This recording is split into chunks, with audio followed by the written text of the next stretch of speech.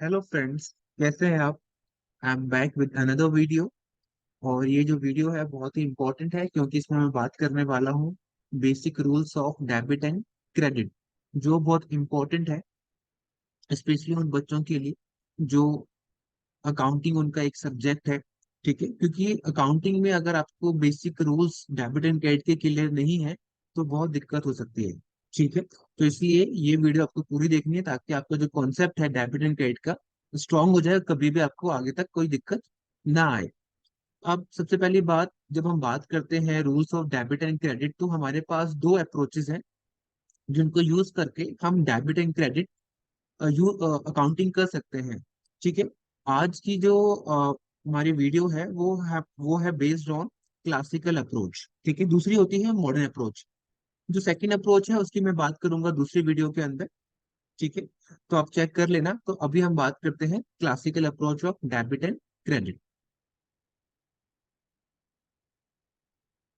अगर आपको classical approach समझनी है तो सबसे पहला काम क्या करना पड़ेगा आपको। क्लासिकल अप्रोच के हिसाब से जिस तरीके से हम अपने अकाउंट्स को डिवाइड करते हैं वो समझना बहुत जरूरी है। मैंने अपनी पिछली वीडियो में बात की थी बहुत सारे अकाउंटिंग टर्म्स की। ठीक है, तो उन्हीं अकाउंटिंग टर्म्स को हम क्या करते हैं, उनके अकाउंट खोलते हैं। ठीक है, अगर आपको अकाउंटिंग टर्म्स नहीं पता तो आप मेरी पुरानी वीडियो देख सकते हैं और जो भी मेरे अकाउंट्स हैं उनका क्या मतलब होता है वो समझ सकते हैं। क्योंकि अगर आपको अकाउंट्स के जो आइटम्स हैं, जो अकाउंट हम खोलते हैं, अगर उनका मतलब नहीं पता तो आप उनको डिवाइड भी नहीं कर पाएंगे कि अकाउंट का टाइप कौन सा है। ठीक है, तो सीक्वेंस ये है कि अगर हमें अकाउंटिंग रूल्स जानने हैं तो हमें क्या पता होना चाहिए कि अकाउंट्स के टाइप क्या होते हैं, और अकाउंट्स के टाइप जानने के लिए हमें क्या पता होना चाहिए कि अकाउंटिंग टर्म्स कौन कौन से होते हैं, उनका क्या मतलब होता है। ठीक है, तो अगर आपको टर्म्स पता है, जो मेजर टर्म्स होते हैं हमारे अकाउंटिंग में जो हम यूज करते हैं, इनको हम खोलते हैं, तो फिर आपको समझ में आ जाएगा। ठीक है, तो क्लासिकल अप्रोच के हिसाब से हम ब्रॉडली अपने अकाउंट्स को दो कैटेगरी में डिवाइड करते हैं, पर्सनल और एक इम्पर्सनल। पर्सनल मतलब वही है जो जो हमारे लिए, जो कोई जो हमारे लिए कोई पर्सन है। ठीक है ना, जो कोई इंसान है। ठीक है, या चाहे वो आर्टिफिशियल आर्टिफिशियल है, चाहे वो एक रियल इंसान है। और इम्पर्सनल तो जो पर्सनल नहीं है उसे बोलते हैं इम्पर्सनल। ठीक है, अगर हम बात करें पर्सनल अकाउंट के अंदर तो जो भी कोई व्यक्ति है, जो भी कोई इंसान है, कोई भी जो रियल ह्यूमन बीइंग है, उसको हम बोलते हैं नेचुरल पर्सनल अकाउंट। ठीक है, क्योंकि वो एक पर्सन है तो उसके नाम से अकाउंट खोला जाता है। ठीक है, फिर इसी के अंदर आता है आर्टिफिशियल पर्सनल अकाउंट। उसका मतलब क्या है कि वो एक पर्सन तो है बट वो एक रियल पर्सन नहीं है। इसका मतलब क्या हुआ कि जब हम कई बार ट्रांजेक्शन करते हैं तो हम अपने खुद के नाम से ना करके कैसे करते ट्रांजेक्शन, उस जो बिजनेस एंटिटी है उसके नाम से करते हैं। जो हमारी संस्था है, जो हमारी ऑर्गेनाइजेशन है, जो हमारी कंपनी है, हम उसके नाम पर बिजनेस करते हैं। जो भी हमारे डॉक्यूमेंट है उस पे उस ऑर्गेनाइजेशन का, उस कंपनी का या उस संस्था का नाम लिखा होता है। तो जितनी भी हमारी होती है ट्रांजेक्शन उस कंपनी या संस्था के नाम पर होती है, ना कि इंडिविजुअल पर्सन के नाम पर। ठीक है, तो जो हमने पहले पढ़ा नेचुरल पर्सन, वो एक इंडिविजुअल पर्सन के नाम से हम ट्रांजेक्शन कर रहे हैं। कोई भी पर्सन हो सकता है, XYZ। ठीक है ना, जिसके नाम से ट्रांजेक्शन करी जा रही है। ठीक है, लेकिन जो हमारा सेकंड वाला है आर्टिफिशियल, मतलब वो एक रियल पर्सन, रियल इंडिविजुअल नहीं है। वो एक ऑर्गेनाइजेशन है, किसी बिजनेस का नाम है, किसी एंटिटी का नाम है। ठीक है, तो ये हमारा फर्क हो गया नेचुरल पर्सन में और आर्टिफिशियल पर्सन में। ठीक है, उसको हम बात करते हैं रिप्रेजेंटेटिव पर्सनल अकाउंट। इसमें क्या होता है कि इसमें सिर्फ एक अकाउंट नहीं आता, मोर देन वन अकाउंट आते हैं। कौन से वाले? पर्सनल वाले। ठीक है, अगर मान लो हमारे पास, हमने बहुत सारे लोगों को सामान बेचा उधार। ठीक है, वो हमारे क्या बन गए? डेटर्स बन गए। ठीक है, मैंने उधार माल बेचा एक्स को, वाई को और जेड को। ठीक है, तो अब होता क्या है कि जब मैं अपनी बनाता हूँ बैलेंस शीट, हर एक का नाम लिखने की कि मुझे पैसे लेने हैं एक्स से, मुझे पैसे लेने हैं वाई से, मुझे पैसे लेने हैं जेड से, हम क्या करते हैं इनको क्लब कर देते हैं। तो मैंने क्या किया, तीनों को क्लब कर दिया, XYZ को, और एक नाम क्या बना दिया? Debtors account. क्या बना दिया? डेटर्स। तो उस डेटर के अंदर एक से ज्यादा पर्सनल अकाउंट इंक्लूड है। तो इसलिए जो हमारा डेटा अकाउंट क्या बन गया? एक रिप्रेजेंटेटिव पर्सनल अकाउंट। इसका मतलब क्या है कि वो एक ग्रुप को रिप्रेजेंट कर रहा है जिसमें एक से ज्यादा अकाउंट इन्वॉल्व है। और जरूरी नहीं कि खाली जो हमारा ये अकाउंट बनेगा वो सिर्फ पर्सनल इंडिविजुअल के लिए ही होगा। उसमें हमारे आर्टिफिशियल पर्सनल अकाउंट भी आ सकता है। जैसे फॉर एग्जाम्पल मुझे पैसा लेना है एक्स से, वाई से, जेड से, और साथ में से पैसा लेना है मुझे एबीसी लिमिटेड से। तो वो क्या है, कंपनी है। तो जो हमारा ये अकाउंट है रिप्रेजेंटेटिव, इसके अंदर कुछ भी आ सकता है। अ mix of natural and artificial person, basically it's having more than one personal account, right. तो हम पर्सनल अकाउंट को तीन भागों में बांटते हैं, ठीक है। जो किसी के बेसिकली नाम से खोला जाता है, चाहे वो एक नेचुरल पर्सन हो, एक रियल पर्सन हो, चाहे वो एक आर्टिफिशियल पर्सन हो, या फिर वो उन सबका एक ग्रुप हो। इसका एग्जांपल आप और ले सकते हैं कि जैसे हमारे होते हैं क्रेडिटर्स, ठीक है। Something which is not personal, जिसमें कोई इंडिविजुअल नहीं है या कोई कंपनी नहीं है, उसमें हमारी दो कैटेगरी आती है, रियल और नॉमिनल।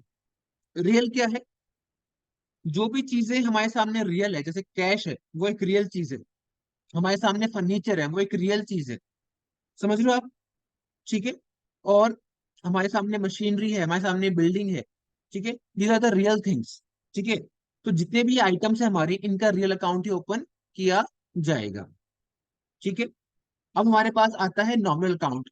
ये वो अकाउंट है जो परमानेंट नहीं है, जो कैसे है, टेम्पररी, मतलब इनको एक पर्टिकुलर पीरियड के लिए खोला गया है। जरूरी नहीं कि ये अकाउंट अगले साल भी कंटिन्यू होंगे या दोबारा से खोले जाएंगे। अब इसमें क्या आएगा, जितने भी आपके खर्चे हैं, जितने भी आपकी इनकम है, ठीक है ना, they all are come under nominal account. जैसे मान लो आपका सैलरी अकाउंट है, आपने सैलरी दी तो आपने क्या खोला, सैलरी अकाउंट। आपने रेंट दिया तो आपने क्या खोला, रेंट अकाउंट।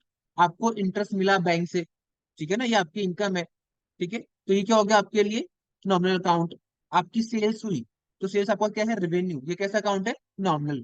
तो इन्हें हम क्यों बोल रहे नॉमिनल, क्योंकि जब भी हम अपने अकाउंट क्लोज करते हैं, जितने भी हमारे एक्सपेंसेस हैं, जितने भी हमारे रेवेन्यू है, इन्हें हम कहाँ भेज देते हैं, ट्रेडिंग या प्रॉफिट एंड लॉस अकाउंट में। ये सारे अकाउंट क्लोज करके इनके जो बैलेंसेस हैं, इनको हम भेज देते हैं कहाँ पर, ट्रेडिंग अकाउंट में या फिर प्रॉफिट एंड लॉस अकाउंट के अंदर, ताकि हम अपना प्रॉफिट एंड लॉस निकाल सकें। तो इन अकाउंट को क्लोज कर दिया जाता है एक पर्टिकुलर टाइम पीरियड पे, जब भी हम अपने अकाउंट क्लोज करते हैं, ठीक है। तो that's why they are called temporary account या फिर नॉमिनल अकाउंट। और इसमें क्या आता है, दोबारा बताता हूँ मैं।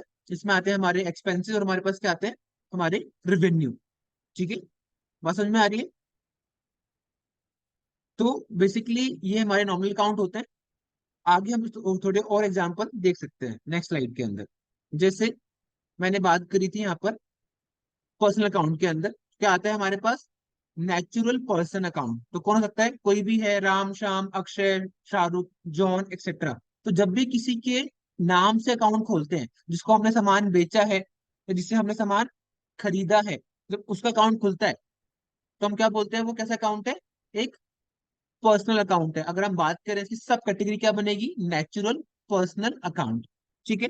अगर जिससे हमने सामान खरीदा या बेचा है, या जिससे पैसा हमें लेना है, जो भी है, ठीक है, अगर वो कोई इंडिविजुअल नहीं है, वो एक ऑर्गेनाइजेशन है, वो एक कंपनी है, तो उसे हम क्या बोलते हैं, आर्टिफिशियल पर्सन अकाउंट। उसमें क्या लिखोगे आप, जैसे मान लो एक नाम है एक शॉप का, जैन ब्रदर्स करके, ठीक है, तो उसका नाम आएगा।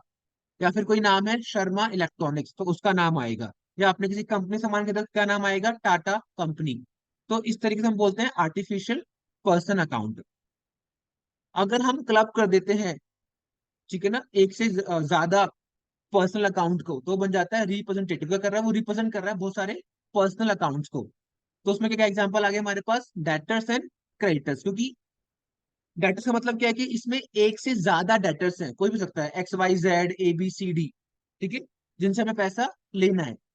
सिमिलरली जिनको हमें पैसा देना है, जिन जिनसे हमने उधार सामान खरीदा है, तो वो एक से ज्यादा लोग हैं।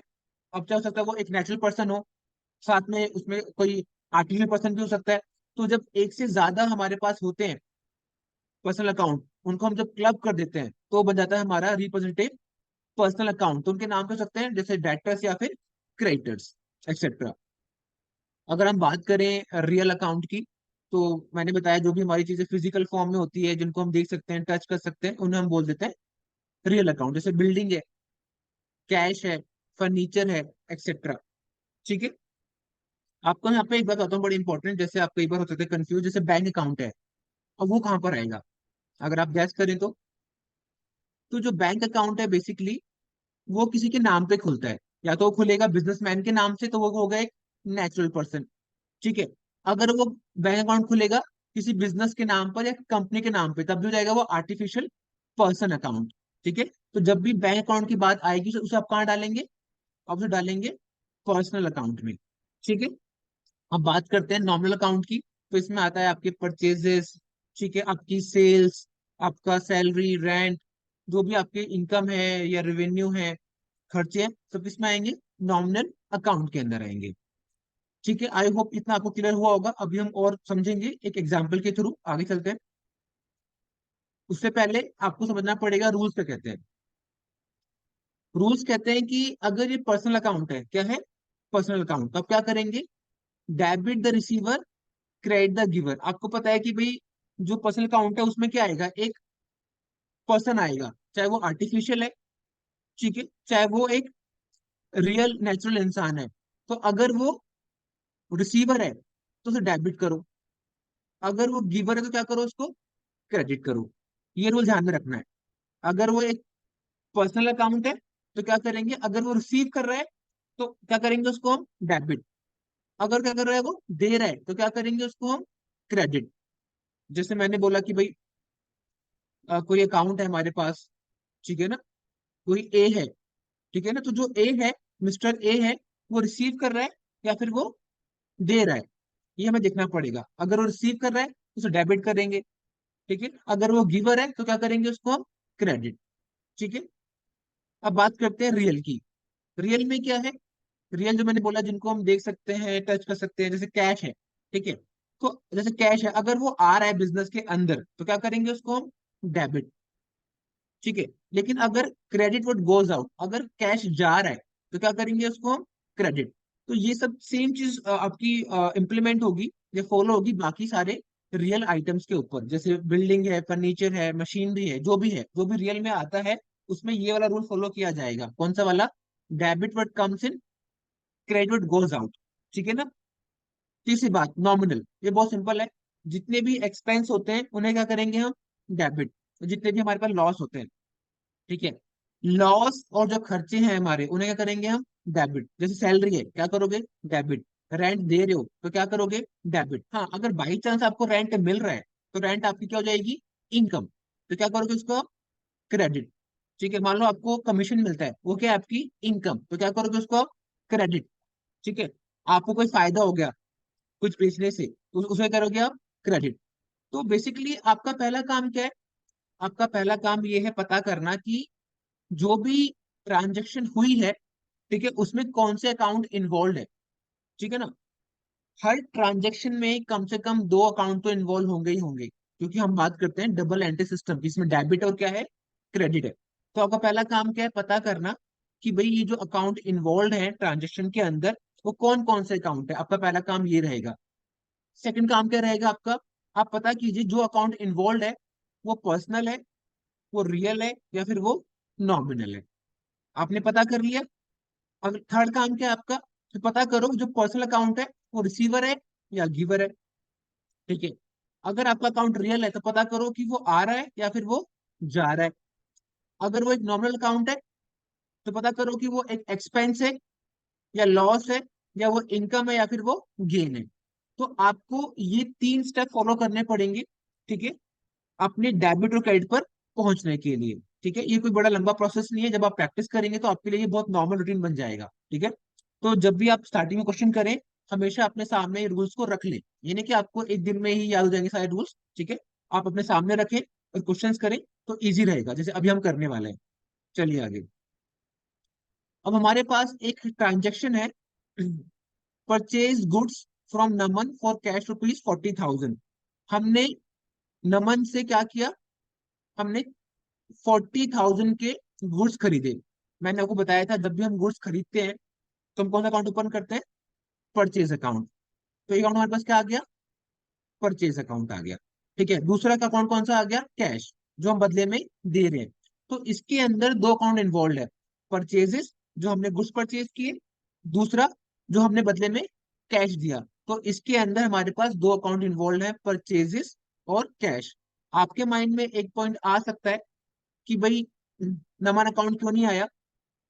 एक्चुअली नमन को हमने पेमेंट कर दी है कैश में, तो अब नमन से हमारा कोई लेना देना नहीं है। नमन का नाम कब आता, अगर हमने नमन से सामान उधार खरीदा होता तो, क्योंकि हमें उसका नाम लिखना पड़ेगा, क्योंकि हमें नमन को पैसे बाद में देने हैं। बट हमने अभी क्या किया, तुरंत ही नमन को पैसे दे दिए, तो अब हमारा काम खत्म हो गया, तो नमन का नाम बुक्स में आने की जरूरत है ही नहीं। हम दो अकाउंट डालेंगे, परचेजेस और कैश। ठीक है। अब पता करो कि जो परचेज अकाउंट है वो कैसा अकाउंट है। मैंने डिस्कस कर रखा है। परचेज क्या है, हमारे लिए एक एक्सपेंस है, क्योंकि हम खरीद रहे हैं ना, हमारा खर्चा है, क्योंकि हम क्या करेंगे, उसे गुड्स बनाएंगे और फिर मार्केट में बेचेंगे। तो हमारा क्या है, ये एक एक्सपेंस अकाउंट है। और एक्सपेंस कहाँ पर आता है, नॉमिनल में। ठीक है। और आपको पता है कि जब भी हमारा खर्चा होता है हम क्या करते हैं, उसको डेबिट करते हैं। अभी हमने पढ़ा था, ऊपर वो लिखा था ना नॉमिनल, यहाँ पे आप देखोगे ऊपर नॉमिनल में क्या लिखा है, debit all expenses and losses. तो परचेज मेरे लिए क्या है, डेबिट है, उसे हम क्या करेंगे, डेबिट करेंगे। ऑब्वियसली बात है, बिकॉज एक्सपेंसेस टेकिंग प्लेस, या फिर हमारा एक्सपेंस बढ़ रहा है ऐसे बोल सकते हो, या फिर हमारा एक्सपेंस हो रहा है, तो हम क्या करेंगे, इसको डेबिट करेंगे। ठीक है। परचेज हमारा एक नॉमिनल अकाउंट है, और as per rule of nominal हमें क्या करना है, हमें डेबिट करना है सारे खर्चों को, तो हम क्या करेंगे, इसको हम डेबिट। ठीक है। अगला अकाउंट कौन सा है, कैश। अब कैश, कैश कहाँ पर आएगा, कैश आएगा रियल में। आपको पता चल गया होगा, मैंने बताया था। तो क्या कहता है, debit what comes in, credit what goes out. अब आप मुझे बताइए कि जो कैश है वो आ रहा है या जा रहा है। भाई आपने सामान खरीदा है तो वो जा रहा है ना, तो यहाँ पे हम क्या करेंगे, क्रेडिट व्हाट गोज आउट। तो इट्स गोइंग आउट, जा रहा है, तो क्या करेंगे, उसको क्रेडिट करेंगे। राइट। आगे चलते हैं। और एग्जाम्पल हमारे पास, sold goods to Bhanu for rupees 12,000। हमने भानु को 12,000 के गुड्स बेचे। ठीक है। जब भी हम गुड्स बेचते हैं तो कौन सा अकाउंट ओपन करते हैं, सेल्स। मैंने बता रखा है अपनी पुरानी वीडियोस के अंदर। ठीक है। तो एक अकाउंट कौन सा खुलेगा यहाँ पर, हमारा सेल्स का। दूसरा अकाउंट भानु, जिससे हमने सामान, सॉरी जिसको हमने सामान बेचा है। यहाँ पे कैश वर्ड यूज नहीं हो रखा, तो इसका मतलब हमने कैश में नहीं बेचा, हमने उधार बेचा है, तो भानु का नाम लिखना पड़ेगा। ठीक है। अब सेल्स मेरे लिए क्या है, सेल्स एक नॉमिनल अकाउंट है। ठीक है। क्या है, नॉमिनल। ठीक है। उसके बाद अगर हम बात करें, जो हमारा जो सेल्स है, ठीक है, वो हमारे लिए क्या है, एक रेवेन्यू है। हमारे लिए क्या है, वो एक इनकम। और इनकम क्या होती है, क्रेडिट। ठीक है, क्या होती है, क्रेडिट। ठीक है, हमारी सेल्स हो रही है, ठीक है ना। तो जब सेल्स होगी हमारे लिए क्या बन जाएगी, वो एक इनकम बन जाएगी। और इनकम का क्या करेंगे हम, credit, as per the rule of nominal. Credit all income and gain, क्योंकि आपने सामान बेचा, आपको पैसे मिले या मिलेंगे फ्यूचर में, तो आपके लिए क्या है, वो रेवेन्यू है आपके लिए। ठीक है। तो पैसा आ रहा है, तो क्या करेंगे, उसको हम क्रेडिट। राइट। दूसरी तरफ हमारे पास कौन है, भानु। ठीक है। अब भानु कहां पर आएगा, भानु आएगा, भानु एक इंसान है, ऑब्वियसली बात है, वो कहां पर आएगा, पर्सनल में। ठीक है। अब बताओ, भानु जो है वो रिसीवर है या वो गिवर है। यहाँ लिखा है ना, debit the receiver, credit the giver. उसको हमने सामान बेचा है, तो वो रिसीव कर रहा है। ठीक है। या फिर वो गिवर है। अब क्योंकि उसने सामान खरीदा है, तो वो कौन है, वो रिसीवर है। क्या है वो, भानु क्या है, रिसीवर। और क्या रूल बना रिसीवर के लिए, डेबिट द रिसीवर। तो हम क्या करेंगे, हम भानु को डेबिट करेंगे, क्योंकि सामान हमने भानु को बेचा है, भानु का कर रहा है, सामान को रिसीव कर रहा है, वो रिसीव करने वाला हो गया, तो क्या करेंगे, उसको हम debit, as per the rule of personal account, क्योंकि भानु क्या है, एक रियल नेचुरल पर्सन है। ठीक है। आगे देखो, लास्ट एग्जाम्पल, हमने फर्नीचर खरीदा उधार, किससे, राम से, कितने का, 7,000 का। तो एक तो आ गया फर्नीचर। आप बोलो सर यहाँ पर नहीं आएगा परचेजेस, नहीं आएगा, क्यों, क्योंकि ये मेरे गुड्स नहीं है, ये मेरे लिए क्या है, फर्नीचर, ये मेरी एसेट्स है, यहाँ पे गुड्स वर्ड यूज नहीं हुआ। तो जो भी हम सामान खरीद रहे हैं उसका नाम आता है, ना कि परचेजेस। तो एक तो आ गया फर्नीचर, दूसरा क्या आ गया, राम। राम का नाम क्यों आया, क्योंकि उसको हमने पेमेंट करी ही नहीं है कैश में, कहीं कैश लिखा है क्या क्वेश्चन के अंदर, नहीं लिखा। तो इसका मतलब यहाँ पर कैश नहीं आएगा, यहाँ पे क्या आएगा, राम आएगा, जिससे हमने सामान या फर्नीचर खरीदा है। ठीक है। अगर हम बात करें फर्नीचर कहाँ पर आता है, ये एक रियल चीज है, क्या है हमारी, रियल। अब ये आ रही है, जा रही है, डेबिट वर्ड कम्स इन, ये आ रही है, फर्नीचर हमारे बिजनेस में आया है ना कि गया है। तो जब आता है तो क्या करते हैं, उसको हम डेबिट करते हैं, लिखा है ना डेबिट वर्ड कम्स इन, तो हम क्या करेंगे, फर्नीचर को डेबिट करेंगे। अब जो राम है, ठीक है, राम क्या हो गया अगेन, राम एक पर्सन हो गया, कैसा हो गया, नेचुरल पर्सन हो गया। तो अब राम क्या कर रहा है, राम रिसीव करने वाला है या राम गिवर है? राम ने फर्नीचर हमें दिया या हमसे लिया? राम ने हमें फर्नीचर दिया है, वो तो सप्लायर है फर्नीचर का, तो क्या हो गया, गिवर हो गया। तो क्या रूल है गिवर के लिए, क्रेडिट द गिवर। तो हमने क्या कर दिया, राम को क्रेडिट कर दिया, राइट। तो अगेन मैं बताता हूँ आपको क्या करना है। आपको जो भी ट्रांजेक्शन हो रही है, आप में आइडेंटिफाई करना है कि इसमें कौन से अकाउंट इन्वॉल्व है। आपको टाइम लग सकता है स्टार्टिंग में कि भी पता करना कौन कौन से अकाउंट इन्वॉल्व है, बट प्रैक्टिस करेंगे तो हो जाएगा, कोई प्रॉब्लम वाली बात नहीं है। फिर अगला काम क्या, पता करना कि इसकी कौन सी कैटेगरी है, ये पर्सनल में आता है, ये रियल में आता है, या ये नॉमिनल में आता है। ठीक है, फिर पता करो कि एज पर रूल उसे क्या करना चाहिए, डेबिट करना चाहिए या फिर क्रेडिट करना चाहिए। ठीक है, तो आप इसके और क्वेश्चन ट्राई करना। ठीक है, अगर कोई डाउट है तो आप कमेंट कर सकते हो। इसके अलावा हम बात करेंगे अगली वीडियो में, जो कि है हमारी मॉडर्न अप्रोच, जो मुझे लगता है कि काफी आसान है क्लासिकल अप्रोच से। तो अगर आपको ये जो वाला हमारा अप्रोच है क्लासिकल वाली इतनी समझ में नहीं आती है, या आप हो जाते हो कंफ्यूज, तो आपको जरूर देखनी चाहिए मॉडर्न अप्रोच, जो मैं पर्सनली फॉलो करता हूँ। ठीक है, क्योंकि वो ज्यादा मेरे को लगता है इजी है बच्चों को समझने के लिए। ठीक है, बट हालांकि दोनों आने चाहिए, बट अगर आपको प्रैक्टिस करनी है या एग्जाम में क्वेश्चंस करने हैं, तो आपको समझ में नहीं आ रहा है आपको क्लासिकल, तो आप मॉडर्न फॉलो कर सकते हो, क्योंकि रिजल्ट तो सेम ही आने वाला है दोनों केस के अंदर। ठीक है, तो बेसिकली अगर आपको जो अप्रोच अच्छी लगे वो आप यूज कर सकते हो। सो ये हमारा एंड हो गया वीडियो का। अगर आपको वीडियो अच्छी लगी है तो यू कैन लाइक और शेयर करो अपने फ्रेंड्स के साथ, ताकि उनको भी ये वीडियोस देखने का मौका मिले। और अगर आपको और देखनी है तो you can subscribe. Thank you so much.